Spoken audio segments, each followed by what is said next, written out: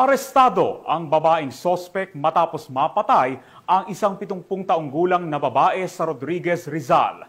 Tinutukan niya ni Patrolwoman Jessicris Obrero. Isang 70 anyos na babae ang natagpuang walang buhay sa loob ng kanyang tahanan sa Makabuhay Compound, Barangay San Isidro, Taytay, Rizal. Ang nasabing biktima, 70 taong gulang, byuda at residente ng nasabing lugar. Ayon sa testigo ng kapitbahay ng biktima, nadiskubre niya ang insidente at agad na iniulat sa mga awtoridad.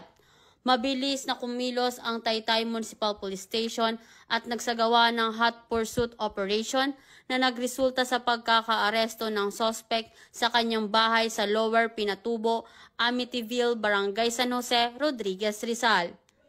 Kinilala ang suspect na si alias Marites, 48 taong gulang, kasal at isang may bahay.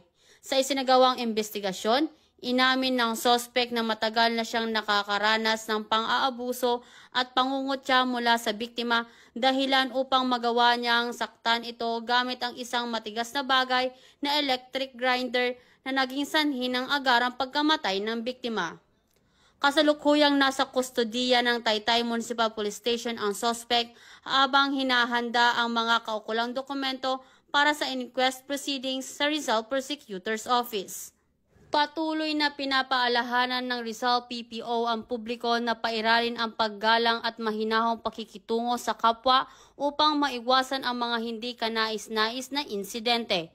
Maging mapagmatsyag at agad na ipagbigay alam sa mga awtoridad ang anumang alitang maaaring humantong sa karahasan upang mapanatili ang kapayapaan at kaligtasan sa komunidad. Mula dito sa Calabarzon, ako ang Police News Network Correspondent, Patrolwoman Jessicris S. Obrero. Alagad ng batas, tagataguyod ng Balitang Pulis.